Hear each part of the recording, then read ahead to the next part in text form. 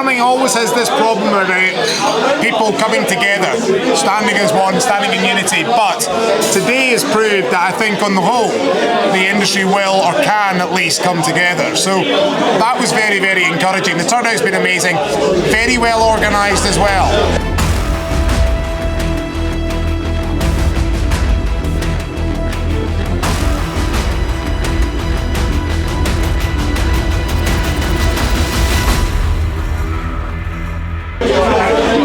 Welcome back to the Farming Funny podcast. Broadcasting live. It's not actually live, but we're recording in the Red Lion pub in Westminster on Whitehall on the 19th of November. It is the day of the Farmers' Rally in London to protest against the Labour government's changes to APR and BPR, and it has been an incredible day start to finish. Nick. Yeah, it's been a cracking day. Pretty nerve-wracking for me, kind of a big deal now. It was a BBC breakfast and all these sort of journalists chasing me all over the place. But I'm gonna hold you here. Mark, come here. Stick your head in the camera. This is a rare occurrence on this podcast because there's me, Mark and Nick. It's like me, Jim and Nick, but Jimmy been replaced. This man is the man that makes the magic happen. He's behind the scenes. He's the guy that produces it and makes everything happen. And it's a very, very rare occurrence that he's on camera. So Mark, welcome. Thanks for having me, lads. You know what they say, behind every 3 successful white guys there's always one Indian bloke. Cycling the machine. The Flintstones car rolls into your podcast deck every week. What a day so far. So Mark's the guy that does everything behind the scenes. He makes sure everything runs smoothly. And it's the first, we speak regularly on the phone. It's the first time I've met him in the flesh. But he's lived up to expectations. Whoa, that's You're in front of the camera. That was the barmaid. The logistical challenges of filming a podcast in the pub. Nick, 3 pints in. Yeah. How are you feeling? Yeah, feeling warm, happier. Yeah, it's been a great day, to be fair, hasn't it? Yeah, so the reason I pulled Mark in there was because we were in Westminster for about 8:30 this morning. Mark has all the connections that you never need to know. All the big names. Managed to get Nick. I didn't get a chance, but he got Nick. No, let's have it right. What Live on happened BBC was, News this morning. Mark texted me yesterday saying, "Oh, do you fancy being on BBC Breakfast?" I was like, yeah. He texted me as well. Yeah, and I was like, only if Sandy holds my hand and as long as it's not live. And he said, yeah, it's definitely not live, and it'll be you and Sandy. Anyway, we get there. It's in the actual where the NFU were doing the Church house. There was a church house. NFU conference for the day. And who was the first person that came over and talked to us? None other than the big dog himself, Bradshaw. Tom Bradshaw. Tom Bradshaw. Just haven't forgot his name. So he warmed up for the main event to come on. That was you. Yeah, obviously. Yeah. But anyway, so the lady comes over and goes, "Oh yeah, it's just you, Nick, and it's live." And I was like, "Oh, what a fucking stitch up!" You got properly. I got properly stitched up. Thanks, Mark. He was shaking like a shit. Honestly. It was embarrassing, but I will play a few clips over the top of this podcast. Like the postman, he delivered, and he did a fantastic job of one, looking like a farmer, and do that well, and 2, acting like one. He did actually come across very, very well. That is the first time Sandy Patrick has ever complimented me, so yeah, that's a lie. I'll say that. Yeah, he did well, and it's only because I was absolutely gutted. They took one look at Sandy and went, nah. And even more gutted than me was our mate Jim, who's currently on holiday, and was furious that he's not here and he didn't get asked to go on BBC News. And he will never live it down, but quite frankly, you snooze, you lose, pal. You weren't here, so you're not getting involved. So what do you think of the actual protest then? Did you enjoy it? Do you think it did justice? I don't know if enjoyment's necessarily the right word for these things, but I have been thoroughly impressed. Turnout was great. Oh, the turnout's been incredible. Apparently 20,000 plus, 25,000 plus. Well, we couldn't even do the march at the end because there was too many of us. That's so impressive. So the turnout, farming always has this problem about people coming together, standing as one, standing in unity. But today has proved that I think on the whole, the industry will or can at least come together. So that was very, very encouraging. The turnout's been amazing. Very well organised as well. Yeah. The guys that organised it, Ollie, Andrew, Martin, James and Clive Bailey from the Farming Forum. They have done a fantastic job, and it's no mean feat in bringing together that many people at such short notice. So that's been really good. Question to you, Nick, what impact do you think it's going to have, if any? Yeah, well, this is the thing, isn't it? I was speaking to a Welsh farmer in the pub earlier, and we're having a Dutch? Welsh. Oh, yeah. Who's that guy, Liam? I don't know who it is. Oh, a Welsh farmer. Oh, sorry, okay, yeah, go. And we're talking about, because a big part of what everyone kept saying was, if Keir Starmer doesn't back down on this, which we don't think he will. I don't think he will. 4 years and they'll be out. And my point to him was very much, what's the head of the Conservative Party called that was there today? The lady. Question. Yeah, I can't remember. The head of the Conservative Party came out and said, we will reverse this if we come into power. That's just did she? She said, we will reverse this. I don't think that'll ever happen. But my issue with that though, Nick, is Keir Starmer stood in June campaigning for this election saying that he was backing British farmers. Absolutely. And then he's completely pulled the rug. So, and I think if it's, you've got to kind of, not necessarily go in a bit of trust, but you vote with what these people say, but politicians have a terrible reputation for going against what they say. But this hasn't just been going against or bending what they said. That was a flat out lie what Keir Starmer said. Correct. He's done the complete opposite. And I must say, the lady that stood up, apologies to the head of the Conservative Party, stood up and said, if we get back into power, we will do a U-turn on this. I can't see any government coming into power now, if this goes through, and overthrowing it. Because why would they? It's money, they don't look like the bad guys. So, I don't know what to believe. Well, I think this is the concern, is the fact that subsequent governments come in after this. Now that we discussed this on the podcast the other week, lots of previous governments have looked at this, but have always shied away from it because they've never been able to find a deal that works for farmers. They can close the load for them, close the loophole, but doesn't impact the small guys. Yeah. Labour have gone and done it. Very unpopular. I don't think we're going to see a government completely reverse it. I think we're going to see reform or structural change within it. But I think as an industry, we are now going to have to live with the reality of the hand that we've been dealt. So yeah, very unfortunate. To answer your question, I think we did a bloody good show of the fact that it's not a small amount of farmers it's going to affect, because there was a huge amount of people there. Yeah. So I think we did a bloody good show of that. I think we had some big names there. Big Clarkson was on. Jesse Clarkson was there. What atmosphere change when he came on. He was brilliant. I heard someone call him the Cotswolds Gorilla the other day, which is always quite an interesting name. He also came on and said, I'm not going to hold back because I'm high as hell on codeine because I got really bad back. I'm like, here we go. But no, he was... He's not young, is he? No, he's not. No.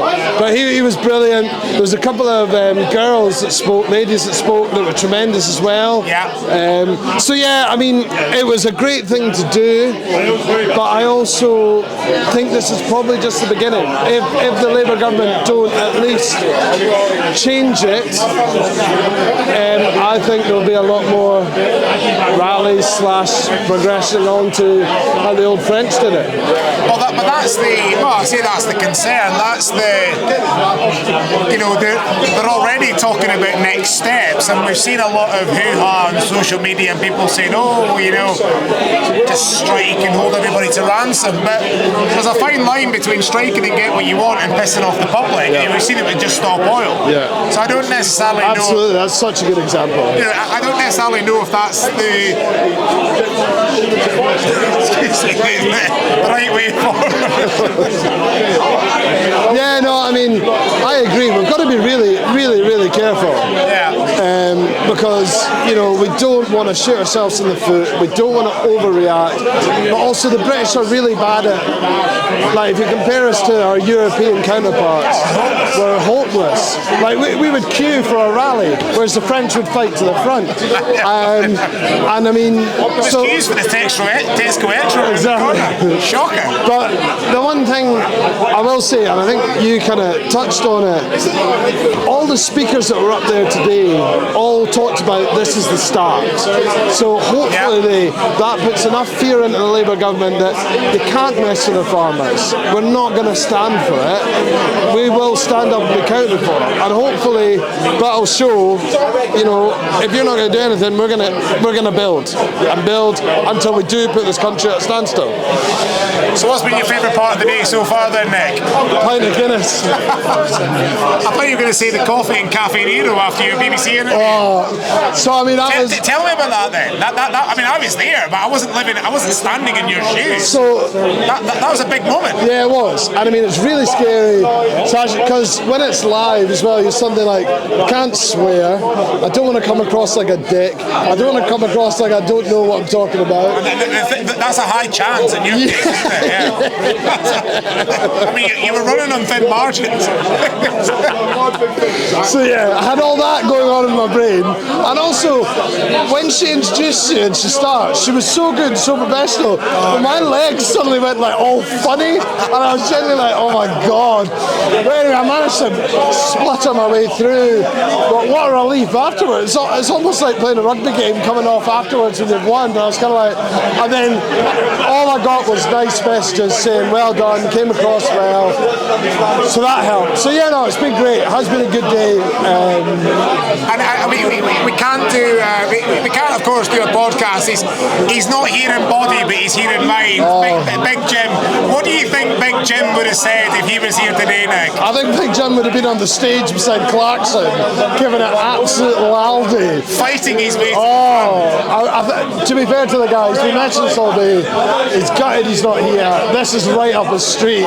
He's also gutted that I was on the BBC before he was.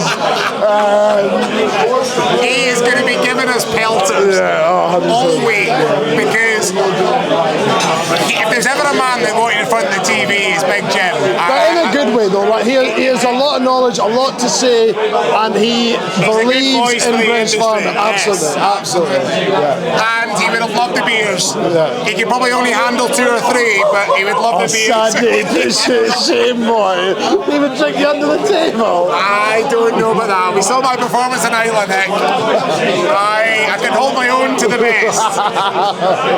And I'm only saying that because Big Jim's not here to defend himself. Absolutely. If he was here, it'd be a different story. I'll do another TikTok or Instagram in 4 pints time when you see Sandy getting taken home in a taxi.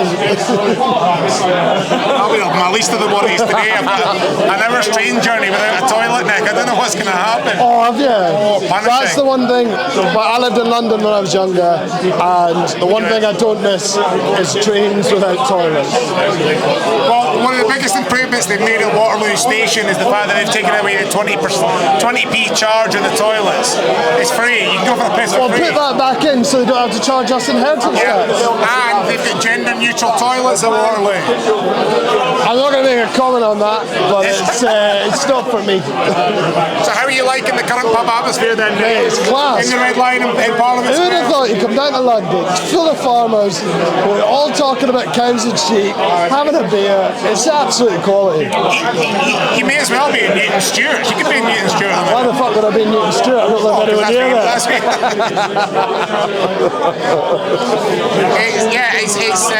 We actually, Mark organised all this.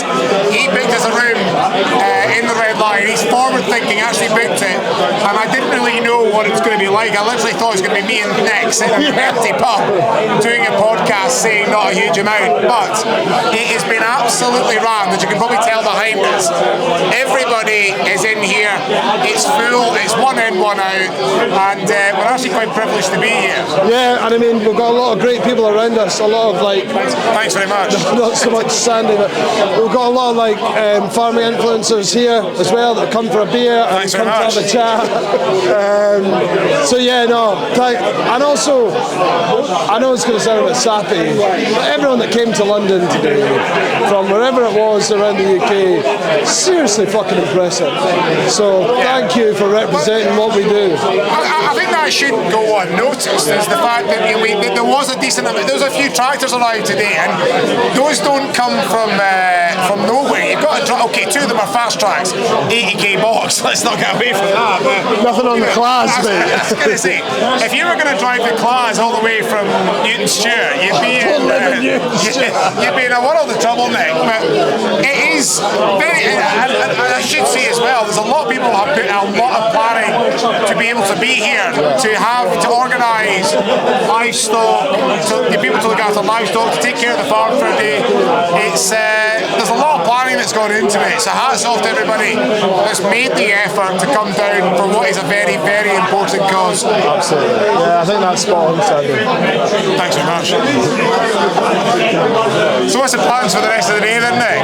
Another 17 of these and I should sleep well tonight. I should add that Mark it's 3:10.